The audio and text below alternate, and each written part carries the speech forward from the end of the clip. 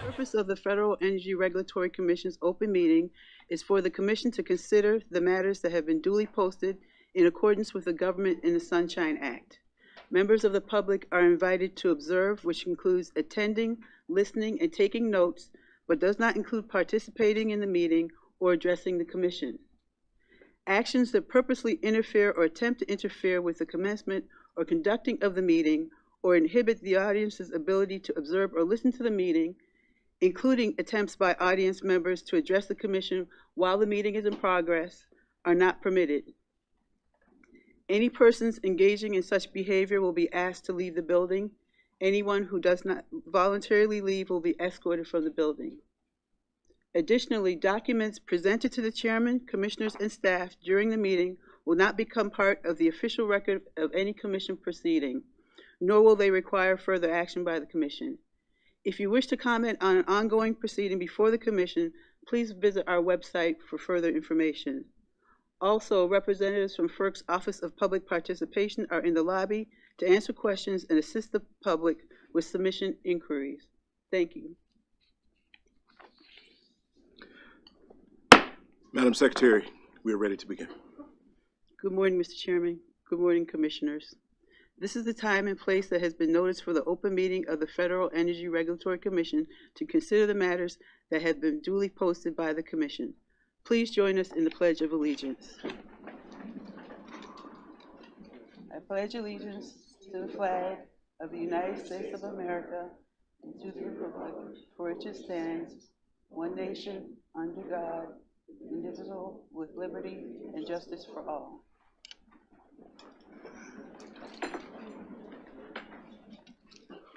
Commissioners, since the open meeting held on Monday, May 13th, 2024, the Commission has issued 12 notational orders. Thank you.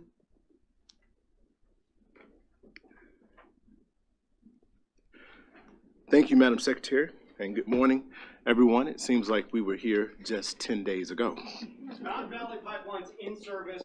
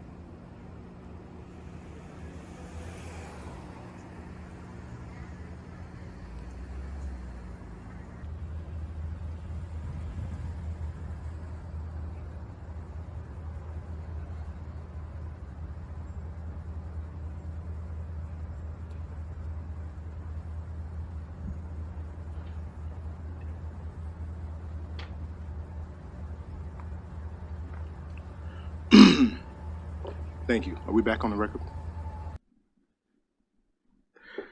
This month, in the month of May, is Asian American and Native Hawaiian Pacific Islander Heritage Month, a time to reflect upon and celebrate the remarkable role of the Asian Pacific community in our nation's history. I want to recognize our employee resource group, Asian Pacific Americans at FERC, and thank them for coordinating cultural events and continuing to bring awareness to issues unique to their community. I also want to mention, I had the opportunity to stop by their booth the other day for our celebration of federal employees. And we had a chance to talk a little bit, and it was great to get to meet them in person. And so I look forward, and I encourage everybody to participate in their events. I have some exciting news today regarding personnel changes. Jamon Perry, a legal advisor in my office. I've known Jamon for over a decade. Since 2022.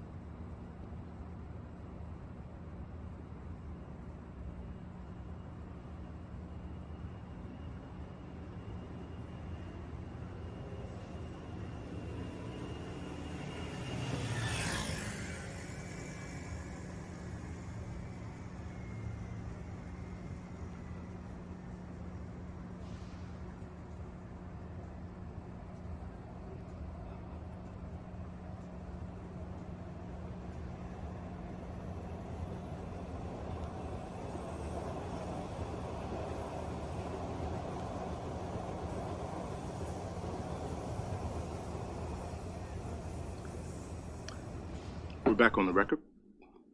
Thanks. As I mentioned, I've known Jamon for over a decade. He came with me to the commission from the DC Public Service Commission, one of the first staff that I hired. He's now about to take another step in his career and return to DC Public Service Commission for a leadership role there. Please join me in congratulating Jamon.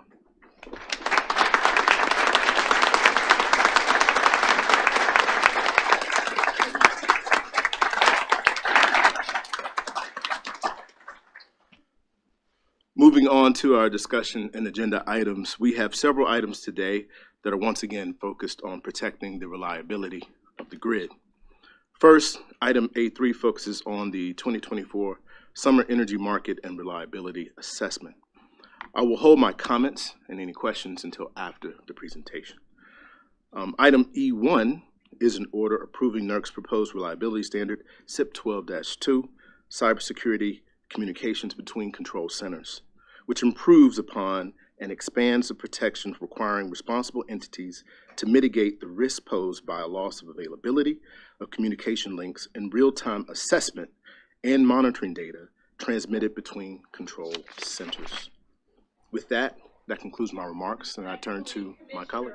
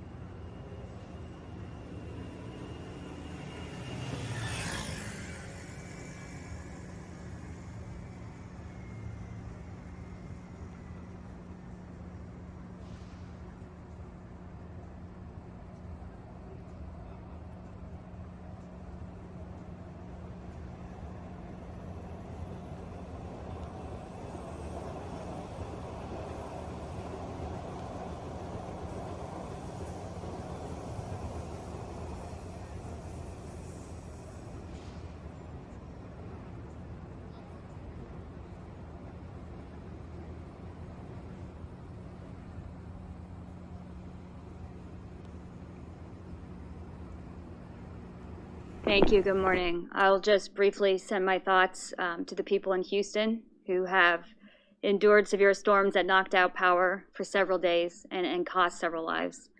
We're also thinking of the communities in Texas, Iowa, and Arkansas that have experienced severe tornadoes over the last 24 hours. As we'll hear later in the presentation, many of the areas of the country are headed towards another very hot summer. So we'll talk more about that soon. Thank you. Mr. Christie. I too want to congratulate Jamon. It's a great career move, and going to state PSCs, they need your talent, and I think that's a great move for you. With that, I don't really have anything. I only have one statement today, partial dissent, partial concurrence, and other than that, I don't have any statements, so that's it. Madam Secretary, we are ready to go to the consent agenda.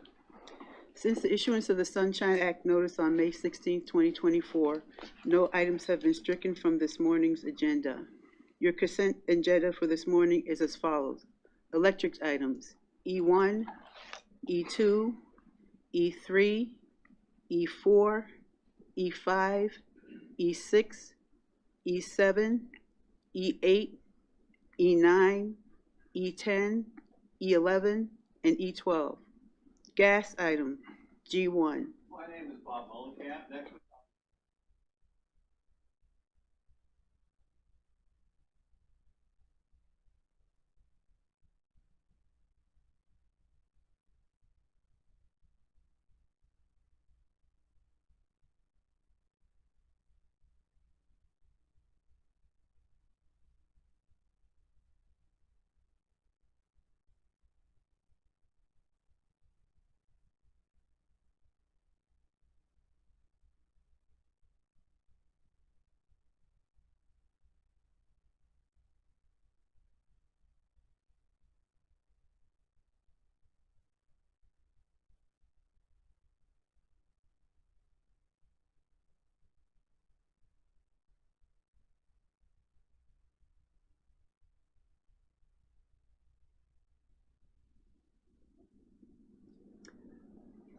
Hydra item, H1 and H2. Certificates items, C1, C2, C3, C4, and C5. As to E7, Commissioner Christie is concurring in the result in part and dissenting in part with a separate statement. As to C1, Commissioner Clements is dissenting with a separate statement. We will now take a vote on this morning's consent agenda items. The vote begins with Commissioner Christie. As you mentioned, Madam Secretary, my only separate statement is E7. Thank you, Madam.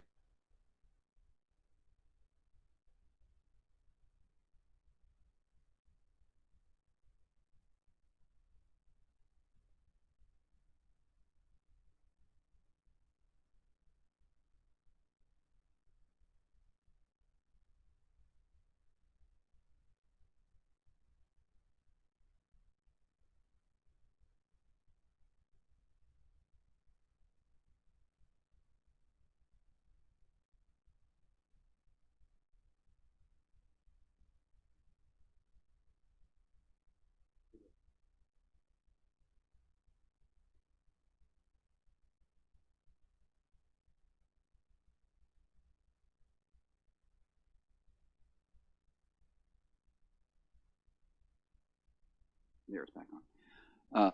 As I said, I only have one separate statement. It's in E7, and partial concur, partial dissent, and all the rest I vote aye. Commissioner Clements. Noting my dissent in C1, I vote aye. Chairman Phillips. And I vote aye. Thank you. Thank you. Madam Secretary, we are now ready to go to the discussion agenda.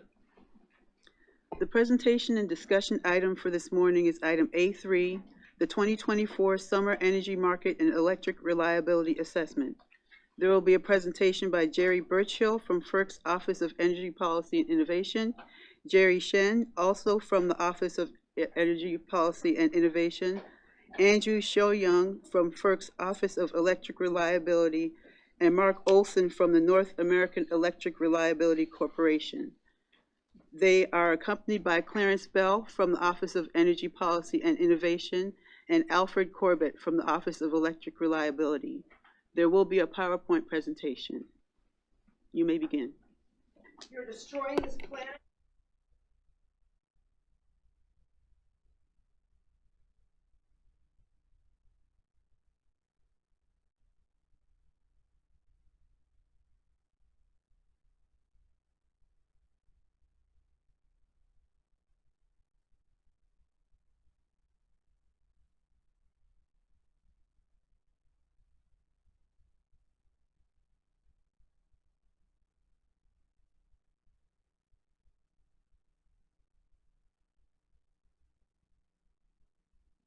You may begin.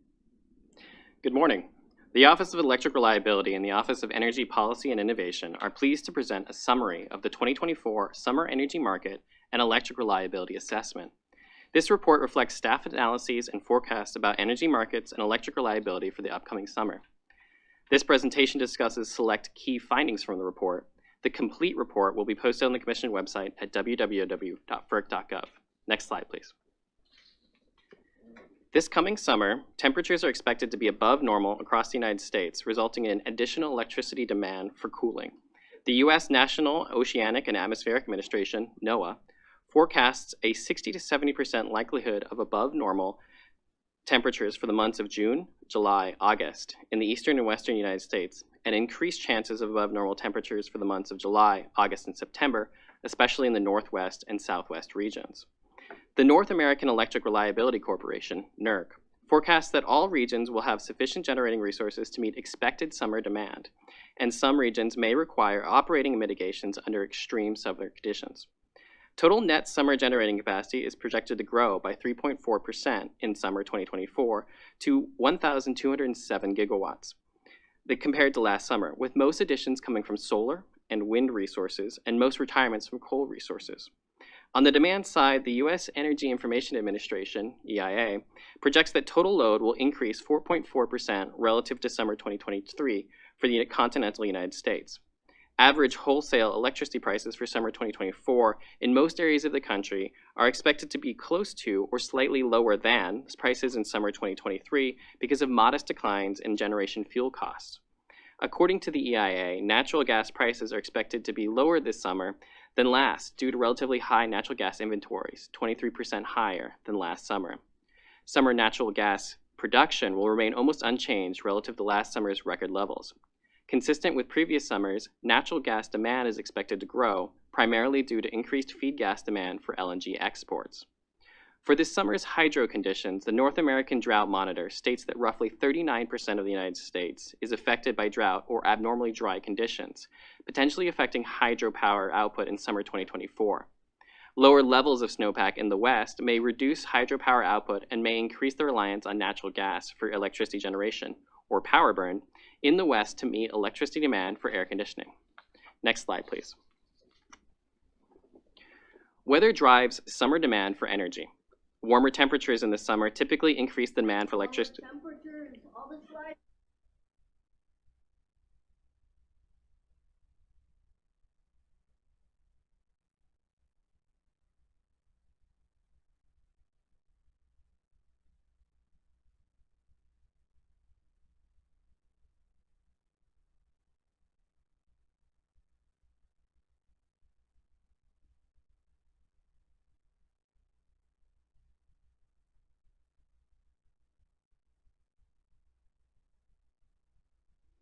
Warmer temperatures in the summer typically increase the demand for electricity for cooling and natural gas for power burn to generate that electricity. Weather can also impact the supply of energy. Major weather events, such as hurricanes, making landfall along the Gulf Coast can impact the production of crude oil and natural gas or damage electric equipment. As shown in the figure, NOAA forecasts that temperatures this summer will be above normal for most of the United States. Additionally, several forecasting groups have issued early season warnings of potentially active hurricane season for 2024, given the continued record warm ocean temperatures and a shift to the La Niña weather pattern. These conditions also increase the risk of more frequent and stronger storm development and earlier in the season. Next slide, please. Nationwide, net summer capacity additions and retirements, measured in gigawatts, are expected to follow recent trends in which most capacity additions have come from solar and wind resources, and most retirements from coal resources. The figure shown provides a projection for September 2024 of net summer capacity, the maximum output the generating capacity can provide between June 1st and September 30th across the RTO ISOs and other regions in the United States, along with the share of generating capacity by resource. Capacity reflected in this chart includes expected additions and retirements from the end of the last summer through the end of summer 2024, as well as capacity in place before that period. Nationwide, net summer capacity is expected to increase from 1,167 gigawatts to 1,207 gigawatts since last summer. By the end of this summer, natural gas-fired capacity is projected to represent 42% of capacity mix across the United States, followed by coal at 14%, wind at 13%, and solar at 10%, according to EIA. Of note, battery storage is expected to grow by just under 7 gigawatts, from 5.4 gigawatts in summer 2023 to 12.2 gigawatts in summer 2024. The largest resource additions expected through summer 2024 include several projects around 600 megawatts, including the Menifee Power Bank Battery Facility in California, the High Banks Onshore Wind Facility in SPP, the Fox Squirrel Solar Facility in PJM. The 1,150 megawatt Unit 4 reactor at the Vogtle Nuclear Plant in Georgia entered commercial service on April 29th. Also of note, two large offshore wind plants are scheduled to come online this year. The 800 megawatt Vineyard Wind 1 off the coast of Massachusetts and the 130 megawatt South Fork Wind off of Long Island. I will now turn it over to my colleague, Jerry Hsiung. Thank you, James. Natural gas prices are expected to be lower this summer at most of the major U.S. trading hubs compared to the final settled futures prices of last summer. As of May 1st, 2024, the Henry Hub future prices averaged $2.25 per MMBTU, down 9% from last summer's $2.46 per MMBTU. Lower future prices at the Henry Hub for this summer appear largely driven by the warmer than normal 2023-2024 winter and continued robust natural gas production, leading to a sizable inventory surplus. In California, next slide, please. In California, as shown in the slide, natural gas prices are expected to decline by more than 30%, but to remain the highest among the survey hubs. Prices are projected to average $3.62 per MMBTU.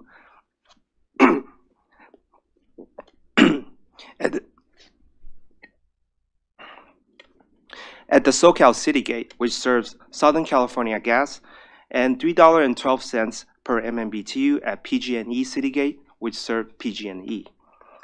The California natural gas market relies on natural gas pipeline import supplies from the Pacific Northwest, the Rockies, and the Southwest. However, California natural gas storage operators have maintained higher inventories of natural gas in storage relative to past summers, particularly in Southern California, which has contributed to lower futures prices seen on the slide. Several major regional pipelines into California have scheduled maintenance or outages that could extend into peak demand periods this summer, which may result in occasional price premiums.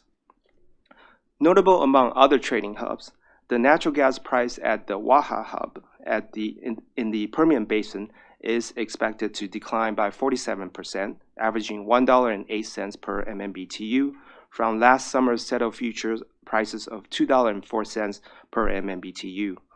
Natural gas prices are expected to increase only in the Northeast and in the Mid-Atlantic, albeit at less than 15%, likely reflecting modest reduction in Northeast production coupled with increased regional demand.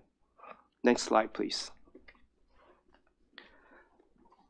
Summer natural gas production is forecast to average 102.3 billion cubic feet per day, a slight decline of 1.6% relative to last summer's record levels. Natural gas demand is forecast to increase 1.7% from last summer's levels, averaging 96.7 BCF per day, continuing demand growth seen since 2020. However, growth rate in demand has slowed relative to recent years as the rate of growth in export has slowed, and because the growth in demand for power burn or gas consumption for electricity generation is slowing and is expected to remain flat at around 43.4% of total demand this summer. The share of U.S. natural gas-fired electricity generation relative to the total U.S. electricity generation is also forecast to average close to 45%. As of April 1st, 2024, FERC authorized export liquefaction capacity in the United States was 14.23 BCF across 7 LNG export facilities, all of which are expected to be in service this summer. Natural gas export from LNG terminals and by pipeline are expected to average 14 BCF per day this summer, an increase of 1.4 BCF per day from last summer's levels. This comes at a time of sustained demand for LNG cargoes in the European market and elevated international prices. Next slide, please. I will now turn the presentation over to my colleague, Hsiung, who will discuss electric reliability trends. Thank you, Jerry. This slide illustrates the electricity demand growth compared to last summer. Further, it shows all regions anticipate that their available resource and net transfer will exceed their net internal demands. NERC forecasts the net demand for electricity to increasing by approximately 0.41% or 3.2 gigawatt for summer 2024 compared to summer 2023 level. The growth in net demand is concentrated in PJM, SPP, and ERCOT regions, along with the FERC Florida and WAC Southwest subregions. NERC forecasts net demand reductions for ISO New England, WAC California, Mexico, and WAC Northwest subregions. To serve electricity demands, NERC forecasts a national increase of 1.8% or almost 17.5 gigawatts in total system resource and net firm transfer. Increasingly, system resource from 958.5 gigawatt in summer 2023 to 976 gigawatts in summer 2024. NERC will highlight some of the additional details on several regions in a few moments. Next slide, please.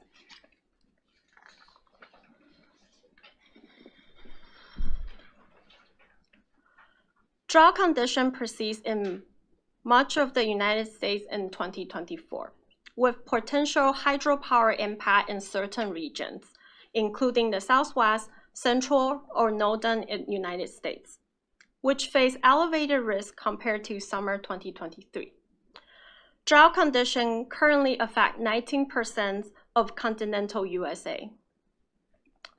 Canada is also experiencing abnormally dry or drought conditions and facing potential reoccurrence wildfire this summer, which could impact U.S.-Canada energy transfer and affect both U.S. and Canadian solar output during the extreme smoke conditions.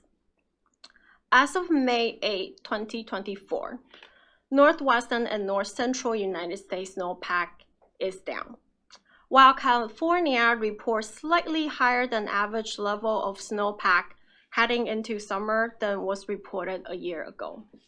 Next slide, please.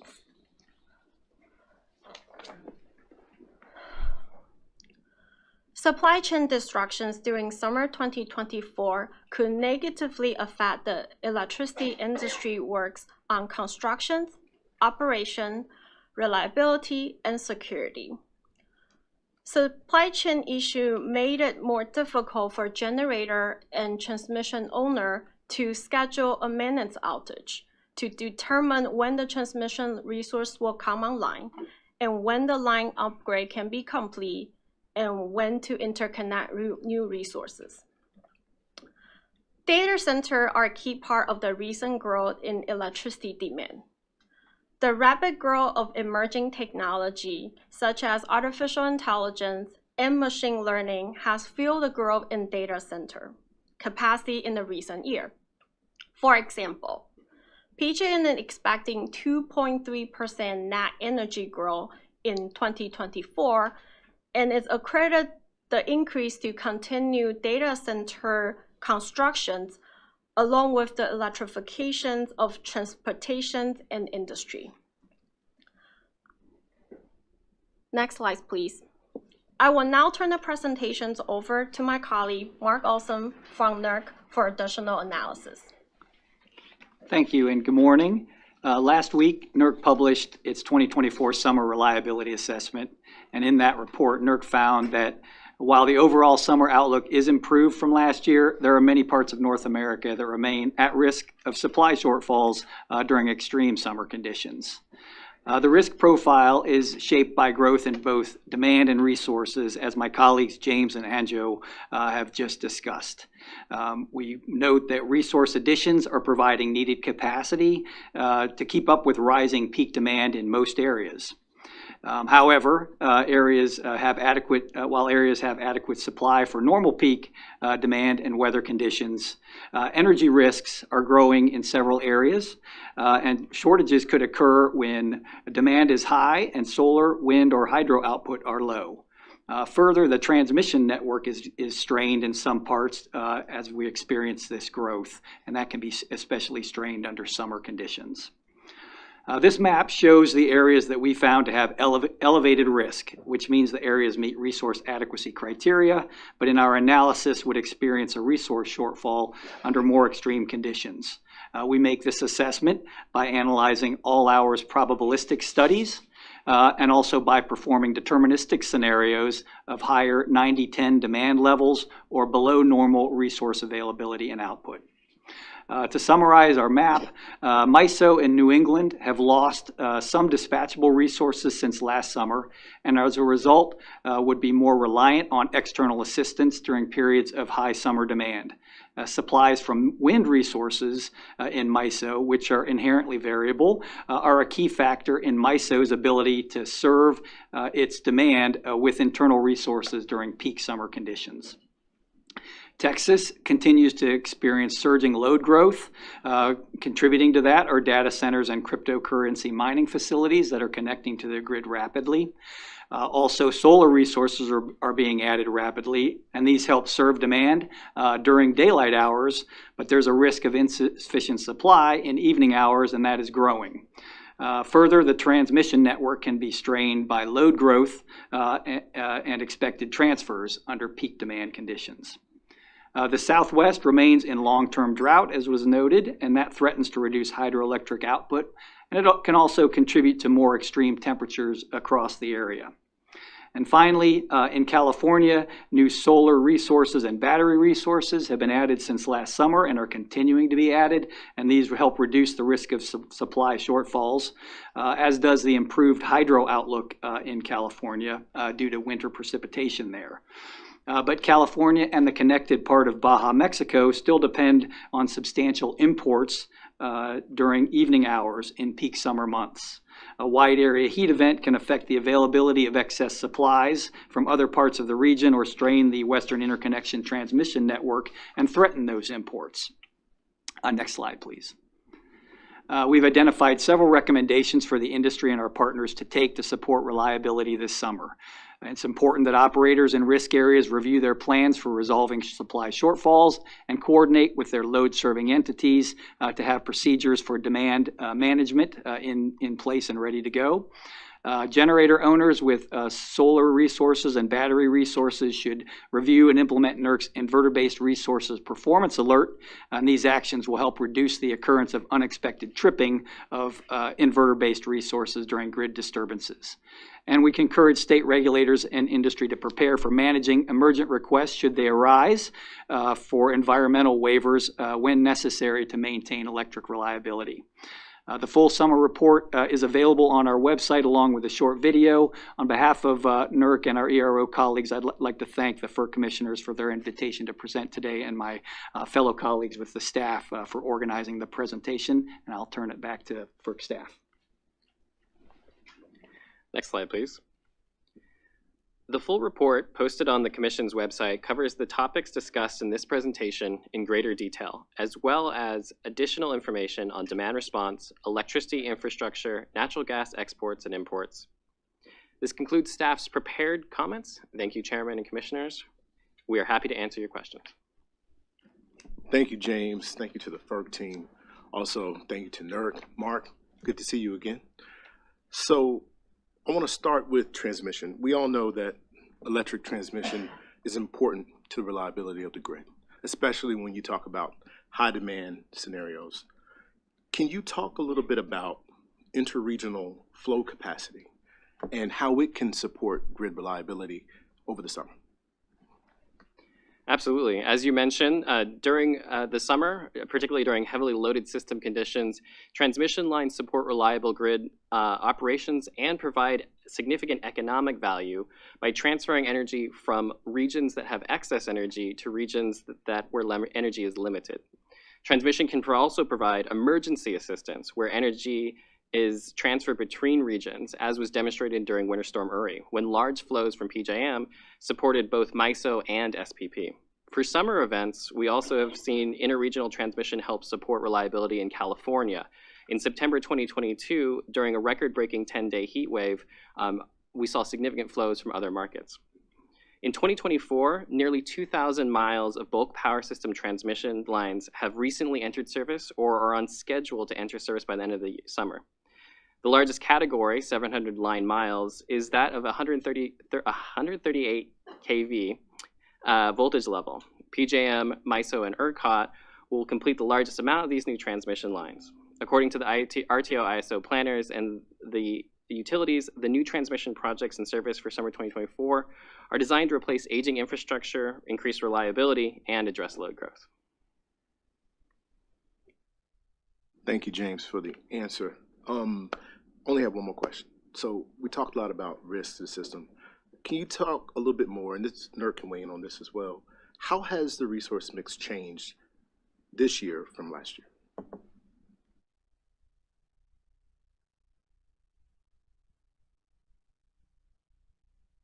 Sorry, just trying to get to my notes here. As the report covers in greater detail, total net summer capacity is expected to increase, as we pointed out in the slides. This increase is pretty substantial, 1,167 gigawatts last year to 1,207 gigawatts compared to last year. And as we mentioned, most of this is from new winds and solar, along with some natural gas-fired and battery storage resources. The battery storage capacity in particular is notable for a 7 gigawatt increase by the end of this summer.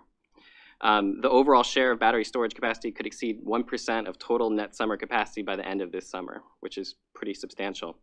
The year-over-year share of U.S. electricity capacity from natural gas is expected to remain nearly unchanged from last summer at 42%. And the share of installed coal generation capacity is expected to decline about 1% from this summer to last. It's also notable that the Vogtle 4 nuclear unit is entered service in Georgia, providing about 1,114 megawatts of nameplate capacity. I would just add that the addition of the solar resources is really the predominant resource being added. We expected to see that in our long-term assessment. The battery resources are making a big difference in areas where there is already a high penetration of the solar resources and helping to manage those evening peaks like in solar in Texas and California. The predominant resource addition is, of course, the solar PV, but the battery additions and the nuclear in the southeast are also having a big impact on reliability for the summer. All right.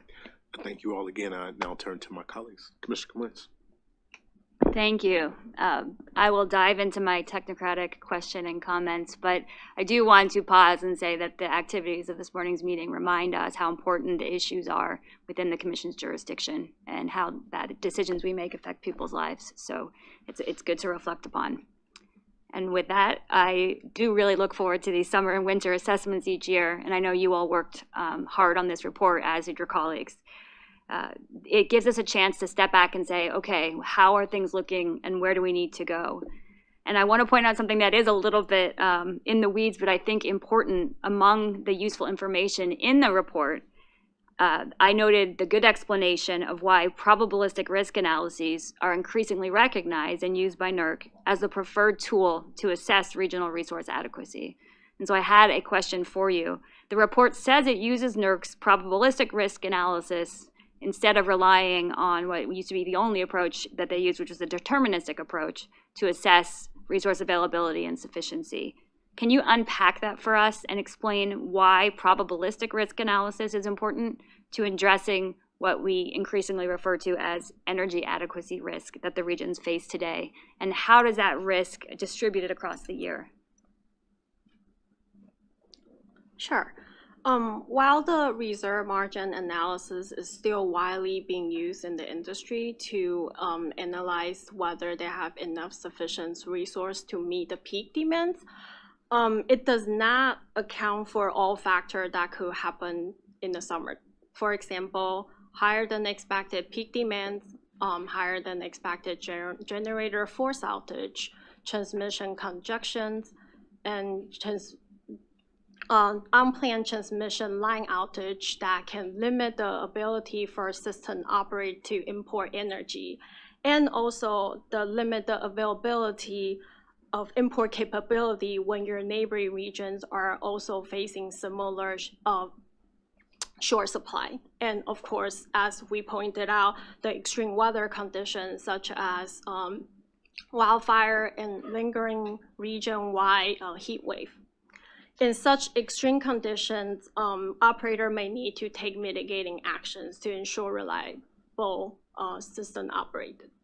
So for a more complete view of this summer, the NERC region performed the ballistic risk analysis, and this analysis will assess the sufficiency of the resources to meet the demand during multiple summer scenarios, and consider all the potential effects that I just kind of mentioned. I would just add, industry is increasingly relying on probabilistic approaches and all hours analysis to assess their resource needs. And as the electric reliability organization, we're also evolving here. What this provides is an ability to better identify the risks. We run the risk of missing shortage periods if we don't look at all hours. And probabilistic tools are really important because as the resource mix is changing and as our demand profiles are changing and being influenced by variable resources and elements of uncertainty, the probabilistic and all hours assessments allows us to better identify where the risk is occurring. We can't look solely at the peak demand hour with deterministic information. And society values energy differently now. So loss of energy or shortage of energy at any time is impactful to our infrastructure, technology society. So finding and identifying those periods where energy is at risk of being unserved, which is particularly within the capabilities of probabilistic tools, is very important. Thank you, Mark and Anju. I want to dwell on this for a minute because I frequently, and the chairman just talked about the importance of better transmission system planning and addressing reliability challenges. And I maintain that's our first line of defense, as some of the examples you gave about the summer demonstrate. But clearly market design is critical as well. And wholesale markets need to be identifying system operational needs and value all contributions, the contributions of all resources, and being able to provide them in these different kinds of situations, in these different hours. I think one of my frustrations about the broader conversation on generation retirements and the energy transition is that it seems to skip over this requisite first step, a fulsome specification of the risk. Exactly when and how often do we risk falling short of the energy we need to meet demand across the 87, 60 hours of the year? And that is the risk we're trying to address. But the answer, of course, looks very different if the risk is sharp evening ramps when the solar drops off, or generation failures from extreme winter cold, or any of the other unique challenges different regions face at different times. And probabilistic risk analysis is beginning to help us here. As staff has just explained, it better accounts for the full range of uncertainties involved and informs when energy adequacy risks are most acute. Not long ago, we held 2 forums in New England, prompted by concerns about the retirement of the Everett LNG facility. At the first forum, I pushed for a better specification of the problem. What exactly were the electric reliability system risks, and when would they occur? And when that analysis got done, it emerged that the electric system risk was lower than anticipated. And it also provided for a more objective assessment of what we should do next. And in that case, we got good news. The risk was less than we anticipated. But of course, sometimes the risk is going to be worse or just different than we anticipate. So probabilistic analysis guides better decision-making on how we do this risk analysis. And I think it's FERC's job to push our grid operators to use the best information available across the range of potential futures necessary to clarify the problem statement. Only then can we make smart and cost-effective decisions about how to mitigate energy adequacy risks. to facilitate moving beyond traditional answers that may have worked in the past, but are not necessarily the easiest, cheapest, or most effective answers today. This challenge is going to continue. It will obviously outlast my time on the commission, but my hope is that we will all commit to defining these problems as NERC is now demonstrating works better and allow the results to inform future actions. Thank you. Thank you, Commissioner. Very thoughtful comments. Thank you. Commissioner Christie. Good report. I enjoyed reading it. I did bring the full written report with me, but you had a number in there. Maybe anybody can answer it. It was net capacity addition since last year in terms of gigawatts, and the number 238 sticks in my mind. But what was that number? The net capacity additions from last year? Sorry, I'm trying to do some mental math really quickly. It's 1,207 is this summer minus 1,167 gigawatts last year. So that is a net addition of, about 40 gigawatts. About 40 gigawatts. So my question on that when I read that was, you're talking nameplate capacity, right? You're not, right? So this is net summer capacity, which is the amount that a generator can provide based on a multi-hour test during the summer period. For variable energy resources that aren't well suited for that sort of testing, the EIA allows them to submit data based on either a discounted value for the seasons or something closer to the nameplate capacity. Right. So basically, it's their own self-reported, but you're not applying an accreditation formula or an ELCC or the various metrics that the system operators use to get very accurate about what actual capacity they have available and when they have it available, and that sort of. Okay, I just wanted to clarify that. That's what I thought when I read that. You're looking at basically nameplate modified by, as you said, some self-reported metric. But okay, that's all I had. Thanks very much. It was a good report. Thank you, Commissioner. Madam Secretary. All right. Well, thank you again, staff. We've been pushing hard, and I know that this report takes a lot of effort, as Commissioner Clements mentioned. And it's not just OER, it's not just the folks who presented today, but all of our staff.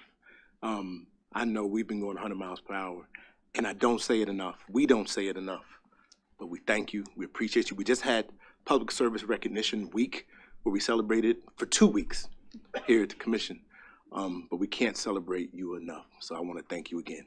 With that, we are adjourned.